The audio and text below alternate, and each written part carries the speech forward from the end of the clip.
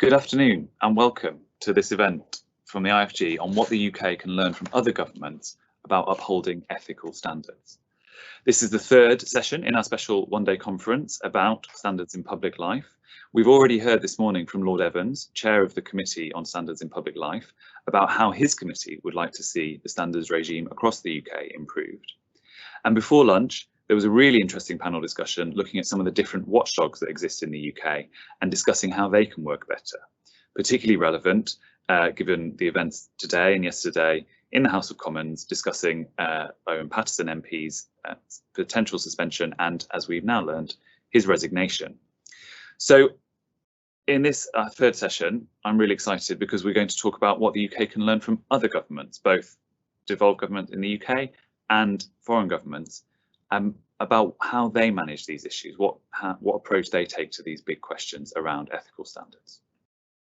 We are joined by a great panel. Duncan Hames is Director of Policy and Programmes at Transparency International UK. He leads on TI UK's UK-focused work, and particularly looking at the UK as a safe haven for corrupt money and addressing corruption in the political sphere. Duncan has also served as a Liberal Democrat MP, so be interested to hear what he thinks about how the Commons has approached things over the last few days as well. From Belfast, we are joined by Dr. Melissa McCullough, who is the Commissioner for Standards at the Northern Ireland Assembly. The Commissioner carries out investigations into the behaviour of both members of the Legislative Assembly, MLAs, and, since the passage of the Functioning of Government Act earlier this year, into ministers in the Northern Ireland Executive as well. Dr. McCullough has worked as an academic in law, ethics and professionalism in the UK and Ireland since 2005. And last but not least, from Ottawa, we have Commissioner Mario Dion, the Conflict of Interest and Ethics Commissioner of Canada. The Commissioner, who is entirely independent of the Canadian government, administers the Conflict of Interest Act for public office holders and the Conflict of Interest Code for members of the House of Commons in Ottawa. Before being appointed Commissioner in 2018, Mario had a long career across various parts of the Canadian public sector. So we have a fantastic panel here. I'm really excited to get into this discussion. Before we begin, I just want to make a couple of housekeeping points. So we are live tweeting this discussion, as with all of the discussions today, from our IFG events account using hashtag IFG standards. So feel free to join in the conversation there. We also have a live Q&A function. Please send in your questions at any time during the event. I'll keep an eye on them. I can't promise we'll get to all of them, but we will do our best. And if you would like to watch back or listen again, we will have a video and sound recording on the website within 24 hours. So to kick off, Duncan, if I could come to you first, what I would like your views on is, from the point of view of Transparency International, what are the most important changes that the UK can make to how standards are enforced and upheld in public life? Thank you, Tim. Well, I would certainly identify three areas. Firstly, lobbying, not just for the reasons why it's come to public attention in the last day or two. Secondly, what we call the revolving door between public office and post office employment, often in the private sector. And thirdly, a culture of respect. And I don't mean that in its broadest terms, so that is obviously very important, but I mean it specifically in terms of respect for standards and the process of upholding them.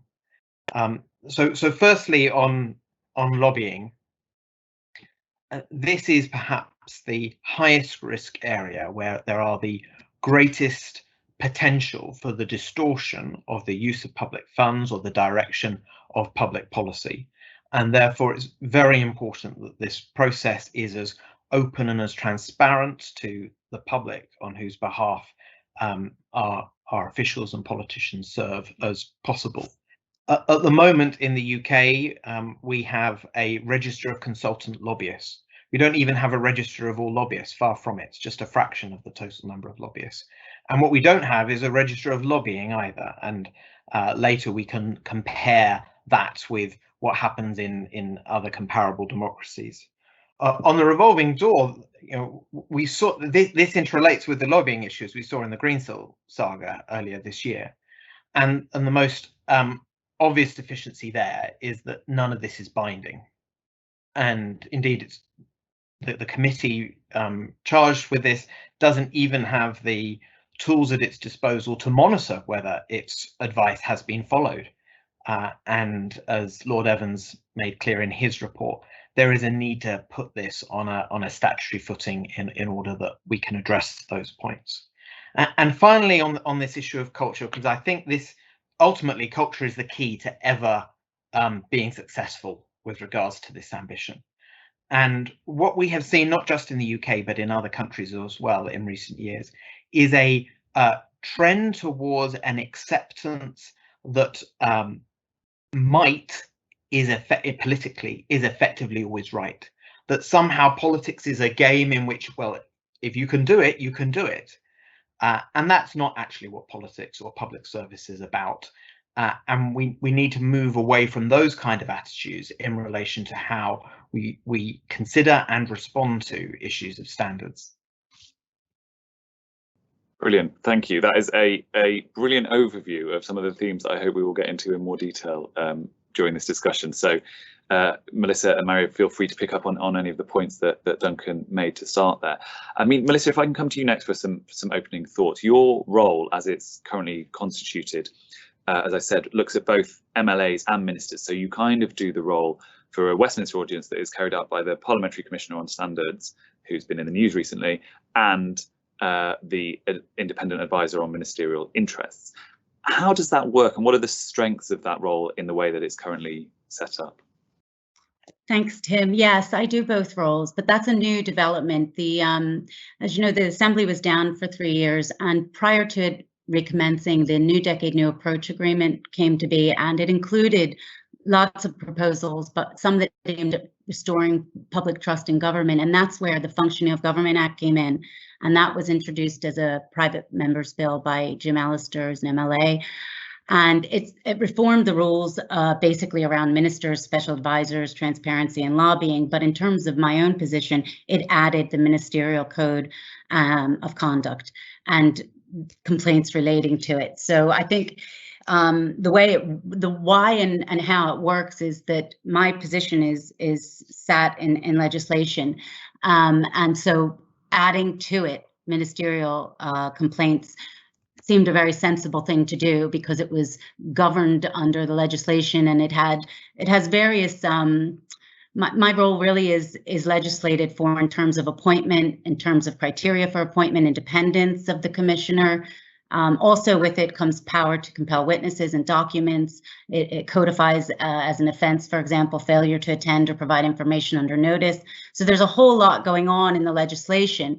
And my role is listed as investigating complaints against MLAs and now ministers, and it provides the commissioner powers to initiate my own investigations into breaches of either code. So in that sense, it's quite strong. It's quite, it has teeth, and I think that's why they wanted the ministerial code of conduct within this legislation. And so it provides sort of a bedrock of independence and transparency and natural justice, which we've heard a lot about in the past 24 hours in terms of the guidance and the role. Great, thank you. And that point about independence is also something that's come through a lot in our discussion so far today. So the Committee on Standards in Public Life, one of their major recommendations was about increasing the independence of the various kind of watchdogs and regulators at the UK level. The debate yesterday about the independence of the Parliamentary Commissioner and the process that she runs was very hard, deeply felt. Clearly people wanted more independence in different ways. So if I can turn to you, Mario, from your point of view, your role also covers different categories of people. You look at MPs in the Canadian Parliament, you look at ministers, and also public office holders, so those who sit on the boards of public bodies. How do you balance those different kind of constituencies and groups, and what keeps you busiest day to day? In fact, it's two. There are common points, but it's managed as two distinct regimes. The code, adopted by MPs back in 2004, is scheduled to the standing orders, so it doesn't have the force of law except within Parliament itself, and it gives the commissioners some limited powers to, on the one hand, provide advice to MPs about their obligations under the code, binding advice on our part. When we provide advice, it is binding on the Commissioner's office. and also to investigate, as my colleague from Northern Ireland mentioned. An MP can lodge a complaint against a fellow MP for an alleged breach of the code. The Act is slightly more recent. It was adopted in 2006. The code was adopted in 2004. And the Act covers a wide gamut of officials, starting with the Prime Minister and ministers, but also covering every member of ministerial staff. Everybody who works in a minister's office is governed by the Conflict of Interest Act, including the drivers and the nannies as well, who work for Prime Minister Trudeau, are governed by the Conflict of Interest Act. So everybody who is appointed through an order in council, except for very few exceptions, are governed by the Conflict of Interest Act. Here, my role is much more expansive than it is under the code. In fact, reading the statute, one realizes that I think Parliament has given the Commissioner the power to make sure that this works, essentially, to fill loopholes as we go along, to give directions and so on and so forth. So I provide advice. We feel it's binding as well, so it's in the interest of the public official to seek our advice to protect himself or herself against future problems. We also investigate, but I have the power also to order public office holders to do anything that is reasonable in order to ensure that the Act is respected. So custom-made solutions, considering the situation of a particular public official. And the Act says, first of all, you try to negotiate something, and should it fail, the Commissioner still has the power to order it in any event. Of course, after the rules of fundamental justice have been applied. So also, we're talking about 338 MPs, so it's a sizable number, just like in Britain. I guess it's much bigger in Britain, but it's still a sizable group. But the Act governs the conduct of almost 3,000 people. So it's a large group of very, very diverse individuals. And it does contain, the Act contains post-employment provisions. And I know there's an interest in discussing that, and maybe I will do so in the next round. The code does not contain any provision about post-employment obligations. So if you are only an MP, you are free to do whatever you please after your term is up. However, if you were a minister or the Prime Minister, you are prevented from doing certain things for a period of 2 years after you leave government.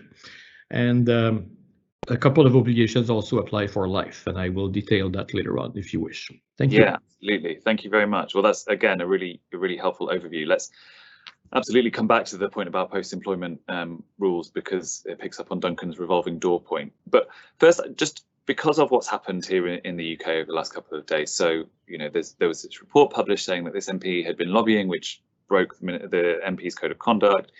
The Standards Committee in the UK Parliament recommended that he'd suspended.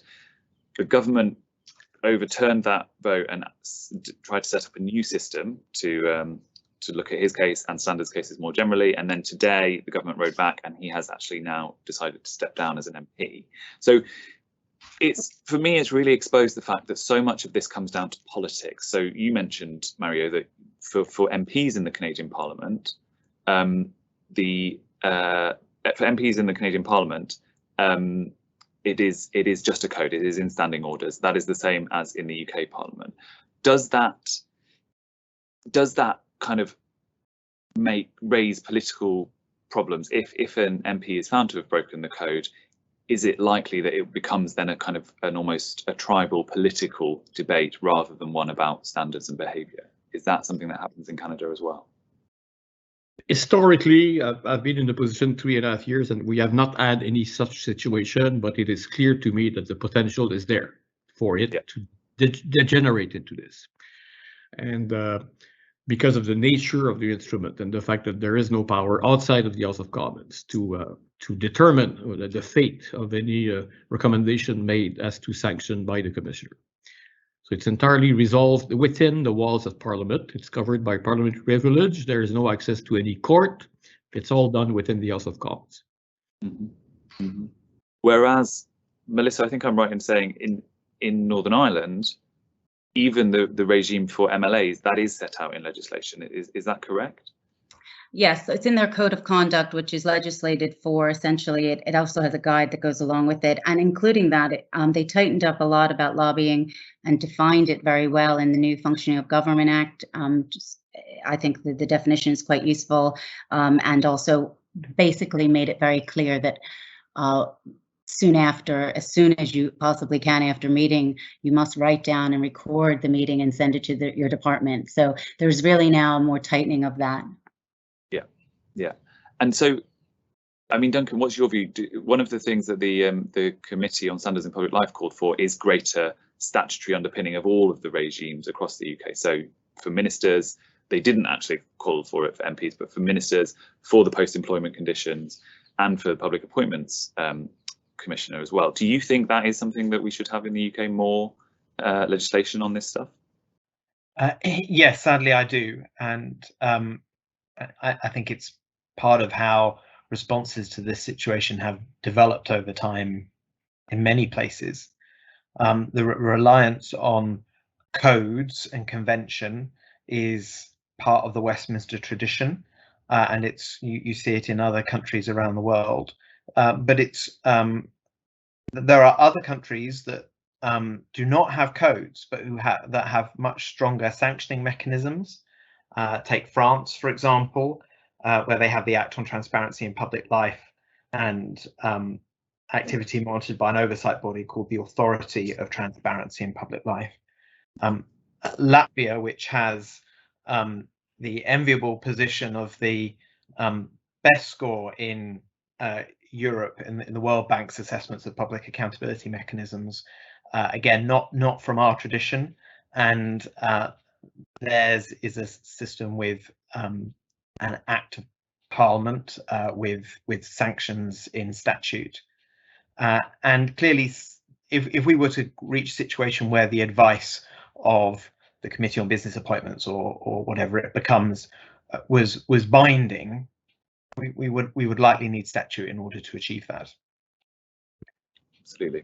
So the question that then comes to mind for me is, where there is legislation, what are the kind of sanctions that fall out of that? So if a member of Parliament or a minister is found to have broken a code, what sanctions do they face? So one thing that's come through in the discussion in this conference so far has been this tension between, in a democratic system, it has to be in a legislature, it has to be the elected members who assign a sanction.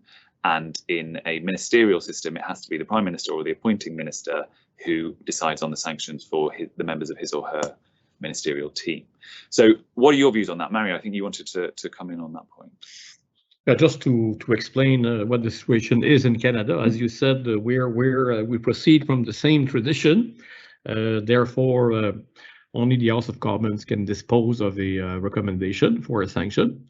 And it's interesting to note that in the code also there's a provision which says that the MP has a chance to express his point of view or her point of view before the Assembly, before any decision is made as to an appropriate sanction. And historically, in the last 17 years that the code has been in effect, this has never happened, basically. No sanction has ever been imposed as a result of the reports produced by the Commissioner. And very few cases did the Commissioner recommend the sanction, so it's rare. We have not had any super serious incident to deal with, if you wish.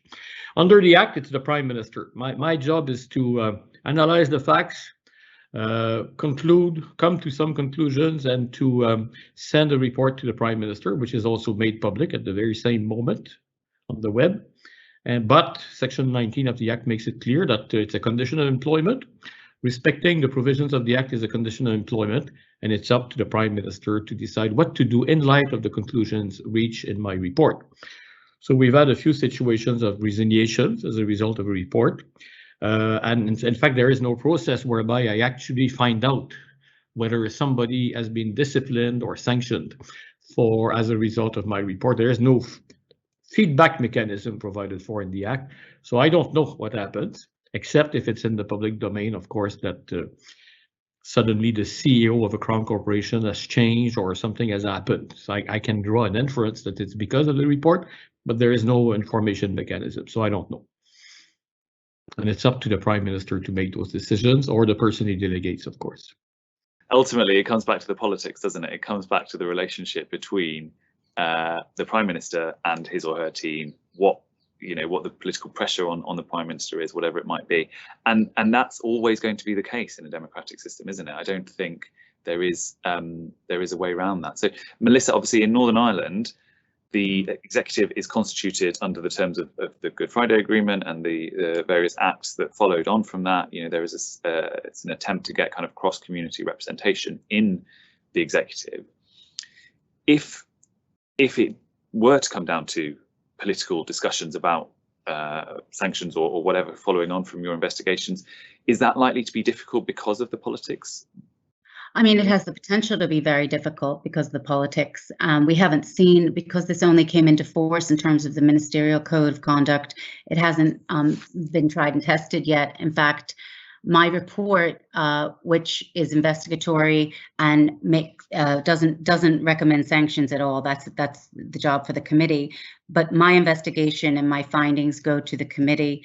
And they are now in the process of looking at what will happen to that report. What we do know is they must publish it, but whether they note it or do anything else is still being decided. But the fact of the matter would be that it would require cross-community consent, as you mentioned, 30 signatures, a special set of circumstances, and then would be debated. So, I mean, you're right in what you say, Tim. I think the good thing about it, from what I can see from the Committee for Standards in Public Life report just published, is that a lot of the recommendations in terms of this independent advisor, we meet those already, but where they say about publishing, the independent advisor not being able to publish, I mean, this is a good situation that we find ourselves in Northern Ireland because the public will have access to that, and that is really an important feature of the system, I think. Yeah, makes sense. Duncan, it's not just ultimately that comes down to the Prime Minister, as we saw last year and earlier this year. It's from the start as well. Yes, Sir Alex Allen wasn't allowed to instigate investigations. Lord Geit currently is allowed to suggest to the Prime Minister that he instigates an investigation, but that in itself doesn't mean he's allowed to instigate an investigation. So I think there is a lot you can do, even if it is inevitable that at the very end of the day, it comes down to the Prime Minister, to enable a good process to be followed up until that point. And when Lord Evans this morning spoke of the importance of independence, I think we need to unpack what that means in more than one respect. Independence is not just that this regulator or watchdog is not a close friend, is not a former political colleague. Independence is not just by design, but it is in practice. And the way we put it in our submission to the committee was about autonomy. That if this actor has some autonomy, that is a manifestation of their independence. And what we have seen with the Prime Minister's advisor on ministerial interests is that the way that role has operated, they have lacked autonomy. And that is one measure of how we could improve the independence of this. Yeah, and perhaps the role of the parliamentary commissioner here in the UK is that she is more independent, and the fact that effectively we had a member of the cabinet calling for her resignation on the morning news today, and she is still in post. So there is, it's easy to complain about the UK system, but there are some aspects of it that where the independence is working. Mario, did you want to come back on that point? Yes, just to emphasize that I am fortunate. I was appointed. I'm appointed by the government, but after a resolution is adopted by the House of Commons, and it's a fixed term of 7 years, it's renewable, and then it's very, very clear in the statute that it takes a resolution of the House of Commons in order to remove me from the position. And I can initiate, both under the Code and the Act, an investigation whenever I have grounds to believe that the contravention may have occurred. Completely independent. The best manifestation of that in Canada is that we've had 3 investigations involving the conduct of the Prime Minister, initiated by the Commissioner, following or not following a complaint made by an MP. So it's I'm very, very pleased to work in a jurisdiction where I do enjoy independence, and it comes with a degree of course, accountability and a sense of responsibility. But that's what I guess they weigh when they appoint the person in the first place. They should appoint somebody who has some judgment, otherwise it could become quite messy. The decisions has to be made, in a reasoned fashion, in a non-partisan fashion, and I'm very pleased to be able to work within such a regime. Absolutely. So on that last point about, it can get messy, it's very easy to talk about standards as if it's about punishment and enforcement and all of these very negative words. But actually, I think an argument that we at the IFG would make, I think you would agree, Duncan at Transparency International, I'm sure the Committee on Standards would agree, is that if these are upheld properly, these are in the interests of the people who they apply to. It's in MPs' interests, it's in ministers' interests, it's in MLAs' interests to uphold standards, to show that they are behaving in a way that the public expects them to do so. Do you agree with that? I mean, anyone on the panel, what do you think is in it for MPs, ministers, MLAs to show that they're upholding these standards?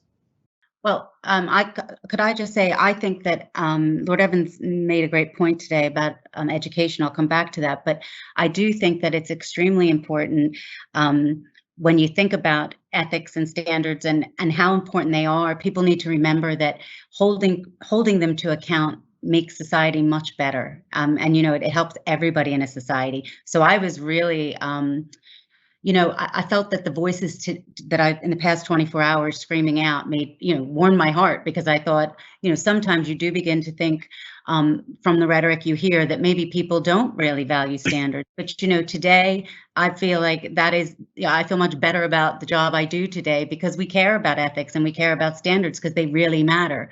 And sometimes that gets lost, and I always get a fear that we're going to get to the point where the unacceptable becomes acceptable for some, a slippery slope. And Duncan, you mentioned that earlier about the culture.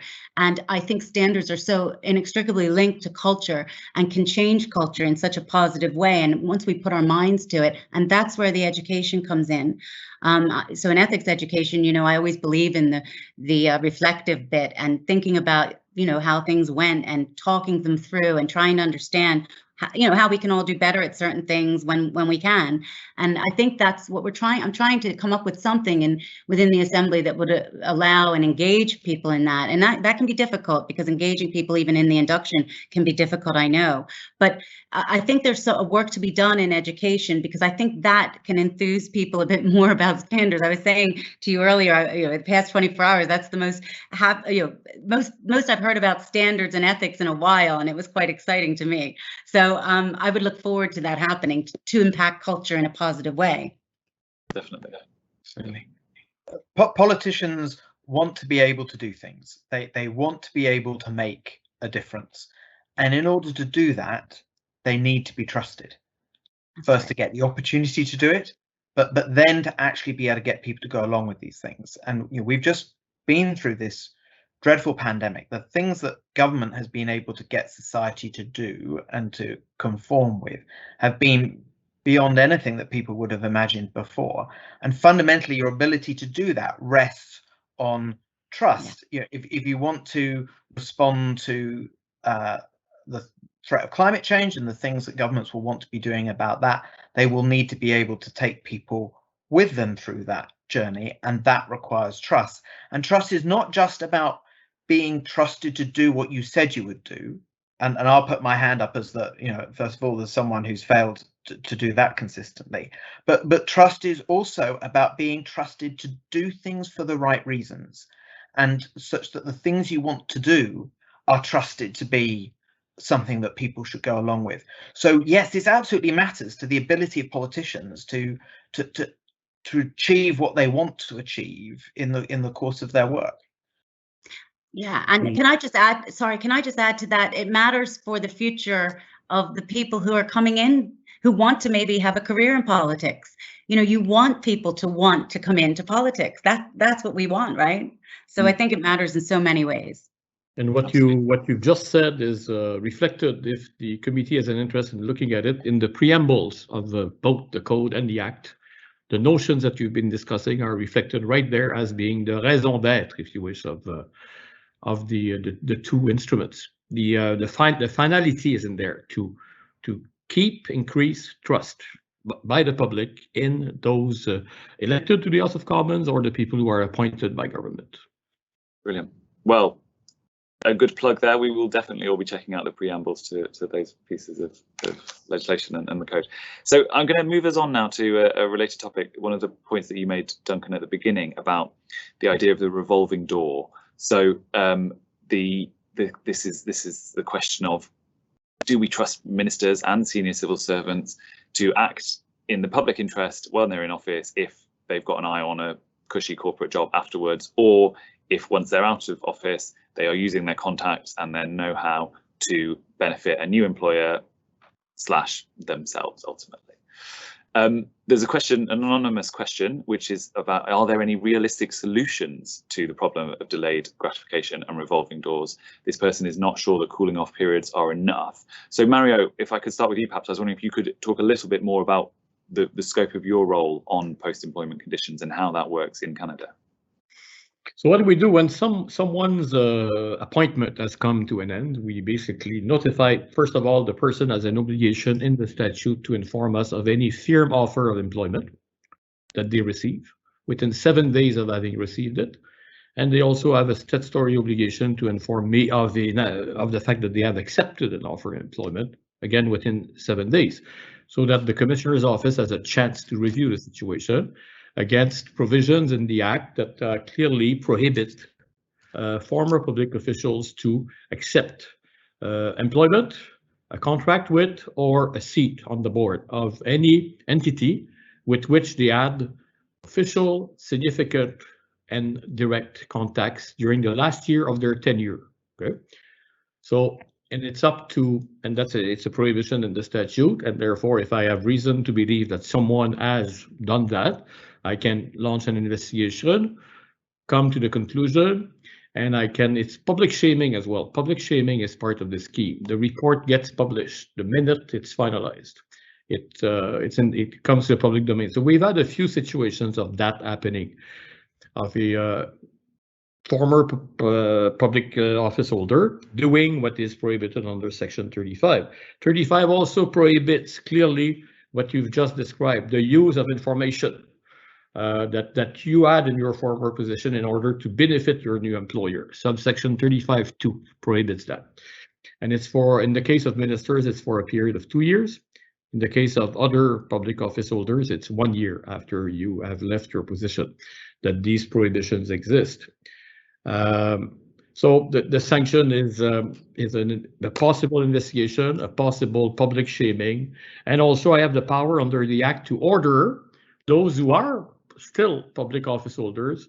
I can order them not to meet, not to have any dealings with the person who has just been found to contravene the statute, Section 41 of the Act, which is a somewhat extraordinary power, which I've used last year against I've ordered 10 or 11 individuals, including the Deputy Prime Minister, from having any meeting, any discussions, any conversations or text messaging or any form of communication with Canada's former ambassador in Washington, who was found to have contravened Section 35 of the Act. Wow, so that is quite a broad-ranging set of powers there, and I presume part of that is it would tackle some of the issues that we've seen in the UK, where former Prime Minister David Cameron was found to have been lobbying on behalf of a finance company. Now, that was a long time after he was Prime Minister, so perhaps, again, yours is time limited like the arrangement is here. But the idea that you could ban individuals in government from meeting former ministers or officials, that is not something that we have here, is it, Duncan? Do you think that Canadian system would work in the UK? Would you like to see more? I think it's fascinating to hear an example of a regulator with quite a sophisticated range of interventions at their disposal, and I expect Lord Pickles, my eyes might have turned a little green as he was listening, if he was listening to that just now. I think there are some other perhaps creative responses we could go for. So perhaps we need to make better use of our former prime ministers now that they are younger. perhaps the idea that your public life ends when you cease to hold the top job is not necessary. Maybe there is some, some relationship with, if not pensions, then other support for a public role of, active, contributing senior former politicians. If you like, maybe that is the carrot to Lord Evans's suggestion that it might be necessary to raid pensions of those that fall foul of standards codes. It comes back to this point about culture.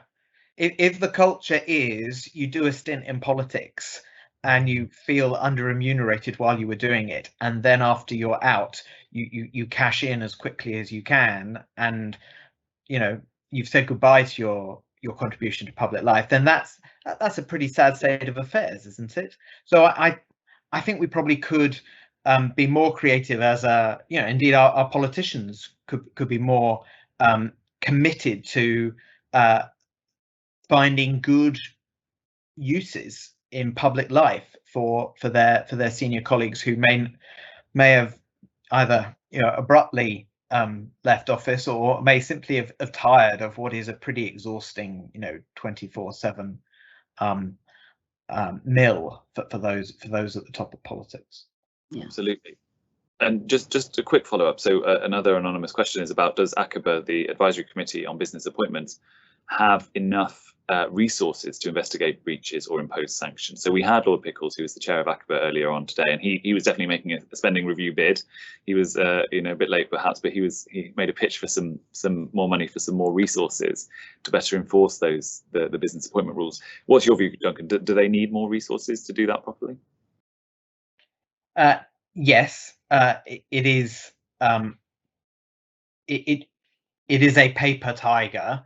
If they can simply say, we will be very angry with you if you don't follow what we've said, but by the way, there's no way we'll know. And this comes back to the issue of lobbying transparency, however, because the main focus of those recommendations, of that advice, is around not lobbying your friends in government and getting paid for your access to them. And if we had a more comprehensive register of lobbying, if more of that was brought out of the shadows, then you wouldn't need a investigatory unit in the Advisory Committee on Business Appointments, because it would much more of it would be out in the public domain. Mario. I forgot to mention a few minutes ago that I have the power to grant a waiver, a reduction, total or partial, of the period, if the statute sets out 6 criteria that the commissioner has to go through, and if the public interest in seeing what is being proposed happen is greater than the public interest in maintaining the confidence of the work of the public official when he was in his public duties. So it's a balancing test. The power given to the commissioner, not reviewable, to grant or to refuse to grant a waiver to allow the public office holder to proceed in spite of the period. So it's not inflexible. And we have considered several such requests. We've granted many. And when such a request is granted, it's published. It's in the public registry. So it's not done in a clandestine way. If a former prime minister wishes to do something, and if he wants a waiver, and if he goes through the 6 tests, and if I conclude that it's permissible, then it will be allowed, and it will be published in the registry the morning after it's granted, basically.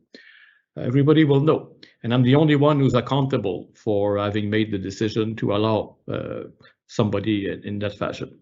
So, and it's another important responsibility, in other words, and it ensures that no absurd result will, there's a window to avoid any absurd result from ensuing from this period of 2 years, that you shall not do anything during that period. So it weighs heavily on my shoulders when I decide to grant it, but I have granted it on several occasions. That makes sense, thank you. one more question from the audience on this stuff, and then let's move on to lobbying, because it's come up a couple of times and I want to get into it properly. But there is another anonymous question. How is the propriety of business appointments / lobbying judged after the 2-year limit on both? So, for example, David Cameron's appointment happened after 2 years. Duncan, what's Transparency International's view? Should 2-year limit be extended, or is there some other kind of arrangement rather than a time limit that's needed? So the answer to the question is it isn't judged after 2 years.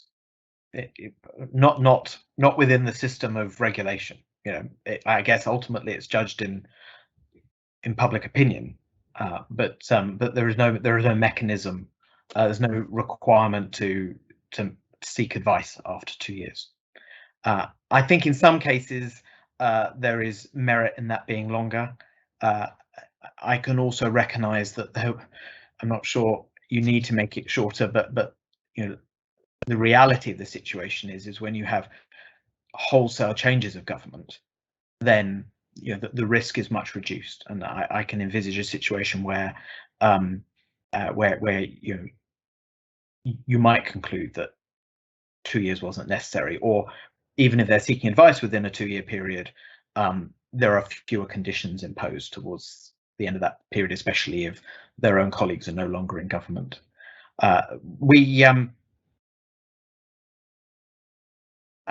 think we need to think about this not just in terms of controls, but also in terms of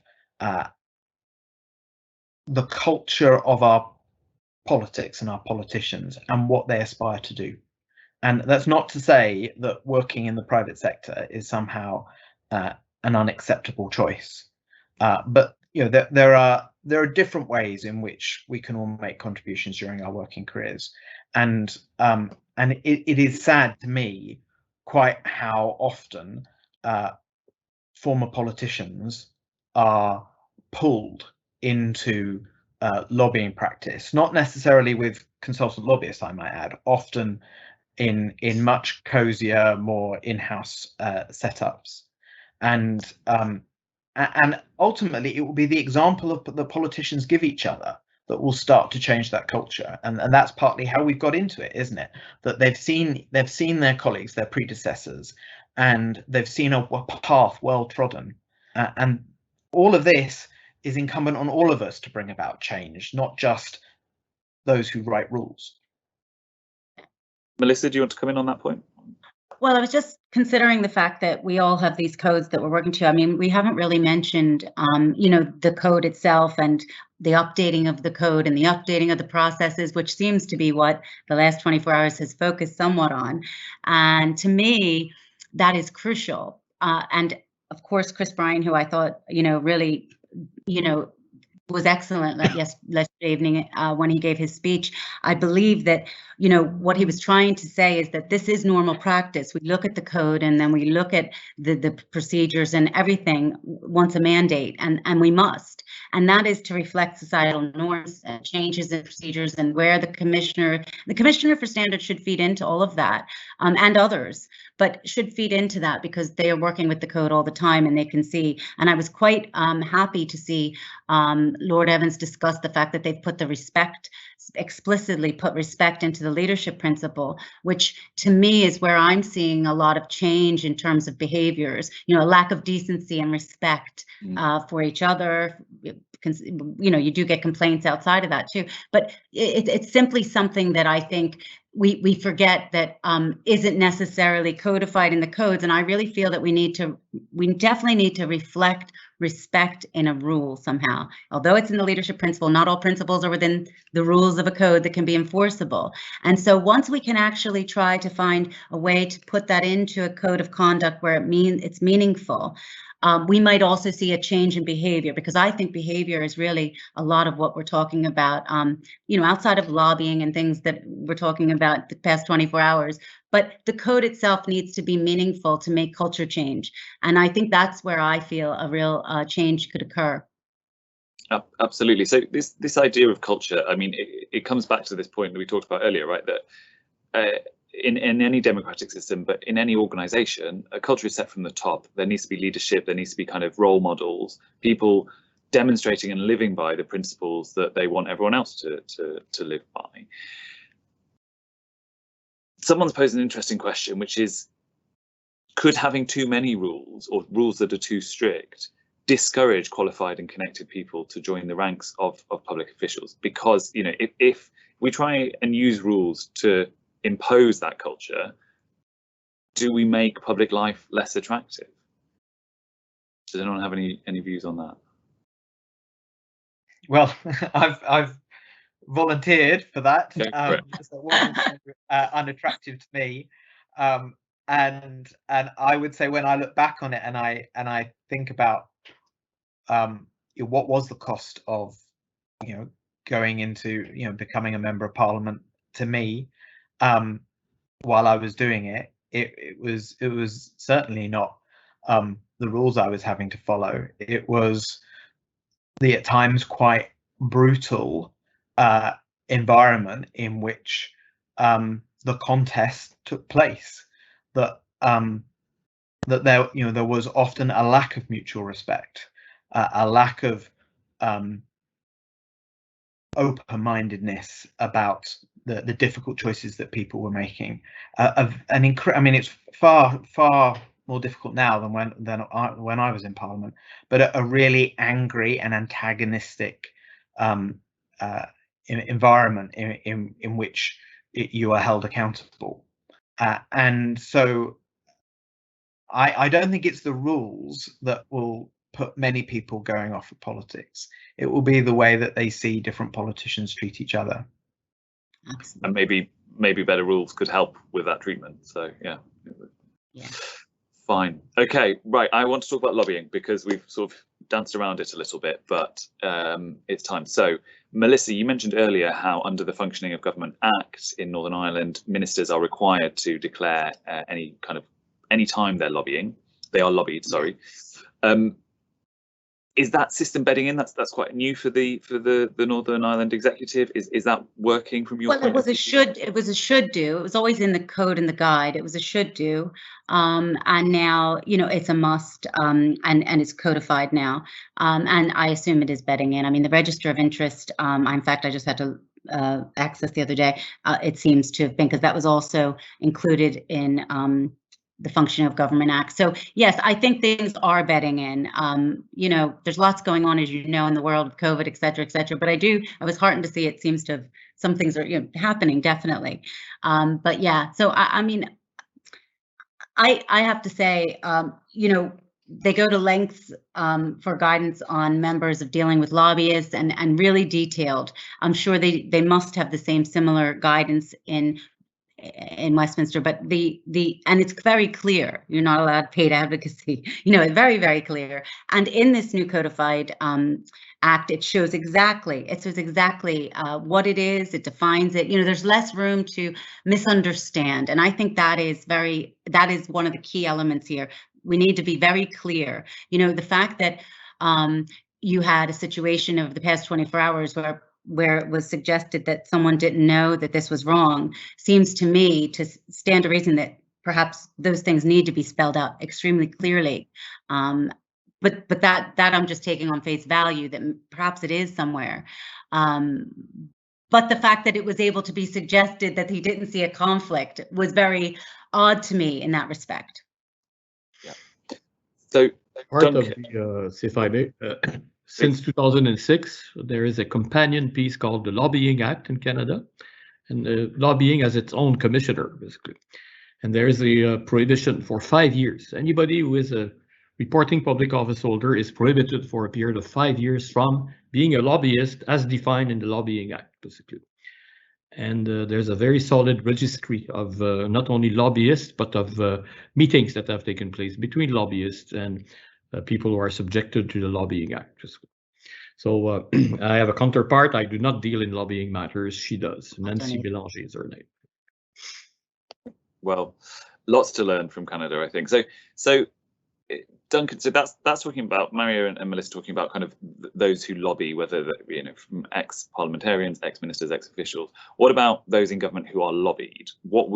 We mentioned earlier you'd like to see more transparency. What form would that take? What would you like to see?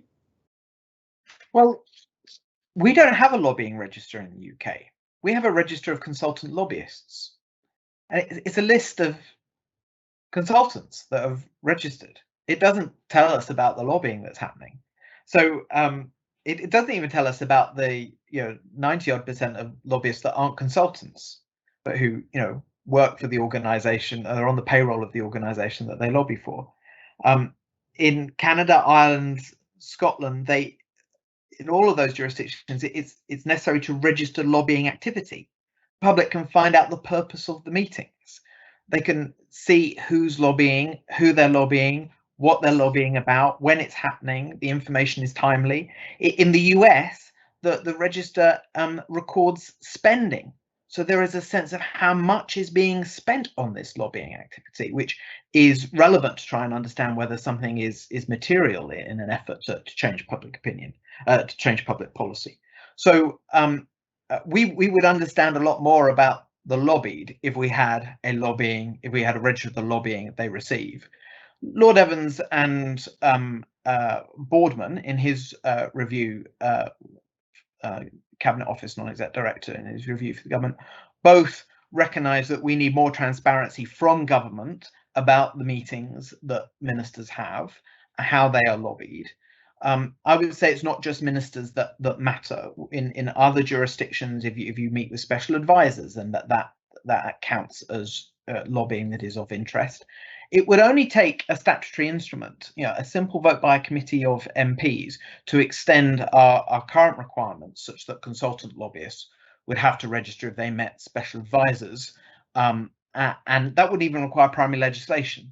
I think you do need primary legislation for putting a lot of this right, but that's not to say that we couldn't make some quick improvements of the sort that Boardman has already mentioned, but before waiting for a time to be made available in the legislative programme.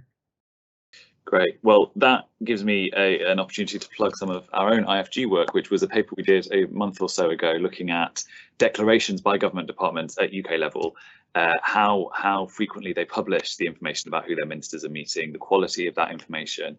Some of our main message was it's just incredibly mixed. Departments are supposed to publish this information on a quarterly basis. Some of them hit the deadline, some of them don't. Some of it gets caught up in the kind of number 10 grid planning process, so it never gets published. And then when they actually do publish it, the information itself is of hugely varied quality. Sometimes you get reams of information about who a minister is meeting and what they're discussing. Sometimes my favourite one recently was that the business secretary met various different people to discuss business, which I just think that's not transparency. That doesn't tell the interested citizen anything. So it's even the kind of the sort of low level of expected transparency that we have in the UK, the government isn't always hitting it. So I think yes, we agree, probably would like to see more, but they've got a long way to go to get to where they're supposed to be already. We have a website that makes this data as easily digestible as possible. It's our open access platform, transparency.org.uk/open access. We would like to be put out of business. We would like not to be doing that. We would like actually government, with all of its resources, to do a better job than us of making this information not just readily available, but readily analysable by people who are trying to understand what's happening in lobbying of government. Great. And yeah, I second that is a really useful resource. I found it very interesting. To turn to a question from the audience, just because special advisors came up in that discussion then, someone has asked, does the role of special advisors and consultants need to be reined in regarding the conflict of interest therein? I think presumably that's thinking about the relationship between special advisors and those outside government. Duncan, if I could pass that to you, perhaps, what's your view on the role of special advisors? So in relation to this question of lobbying, meetings with special advisors appear in lobbying registers in the US, Canada, Ireland, even in Scotland, but not for Westminster, for the UK. So, if I would not expect to be getting a meeting with a minister as readily as one of their aides if I was seeking to influence policy. Also, I would consider their advisor could be incredibly influential on the outcome, and yet there is no recognition of this in our current transparency arrangements. So when we say we want a comprehensive register, civil servants of a certain level of seniority, special advisors who do the bidding of their ministers, ought to be included within scope. Yeah, absolutely. Melissa, how does it work in Northern Ireland with regard to special advisors? Are they in scope of the Functioning of Government Act? Yes, they are. They are, and that was a big issue in the New Decade New Approach. That was a very big part of the Functioning of Government Act. And it actually came after there was a lot of criticism over the RHI scandal and SPADs doing their special advisors, maybe not documenting things, or again, meetings not documented and things. So now again, it actually covers it quite a lot in the Functioning of Government Act. So I think that was a big part of the Act in that respect, and it stands to what Duncan is saying is needed within the UK as well. Yeah, because the role of special advisors in the collapse of the executive and the assembly, that's right, with RHI was very that's important, right. Wasn't it? Yeah, that's correct, and it was a big controversy over that. Yeah, yeah. In Canada, ministerial advisors, there is a definition in the Act, and they are all public office holders regulated by the Conflict of Interest Act. Anybody, and I'm asked, what is a ministerial advisor? It's very simple. It's somebody who provides direct advice to a minister, period. Irrespective of tenure, irrespective, if it's 2 hours a week or it's 200 hours a week, it doesn't matter, because it's access that matters, it's influence, as was mentioned by Duncan. Yeah, that makes sense. I mean, please. Sorry, in terms of lobbying, same applies. I mean, if it's either a minister or a special advisor, so it's both. I have to write down and record that and register it with their department. So there is a tightening of that, definitely. Great. That I think that makes a lot of sense. Mm-hmm. From the point of view of the Institute for Government, our general view on special advisors is that they provide a really useful service to ministers. Ministers are incredibly busy people. They need support. They need political advice, and they also are really important to the impartial civil service. That then there's no expectation that the civil service is providing political advice. So SPADs play a hugely important role. We think they're a good thing in government. We think they should have more support, and we think, as Duncan said, they are incredibly influential on their ministers' thinking, and therefore they should be subject to many of the same kind of requirements around transparency as ministers. Right, we are nearly at the end of our hour, so I want to end with a final question that I will ask for all of the panelists, which I have not warned you about, so apologies for springing this on you. But what one piece of advice would you give to the UK government about how it could improve its standards regime? If there was just one thing that you thought, okay, this is what they will do, from your own jurisdiction or from just your own kind of personal experience, what would be the one thing? Who would like to go first?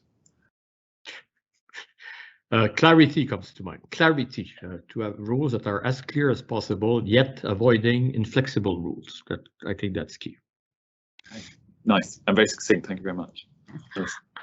I think for me, I would say making sure that the ministerial code of conduct is very clear. Where once we I agree with Lord Evans. It says take away the ministerial code that deals with procedures of the executive and make a code of conduct very clear. And if possible, I would legislate for it in terms of who deals with that, if it's an independent advisor, and ensure that they have the right, that they at least have the right to publish. I think that is extremely important for public confidence.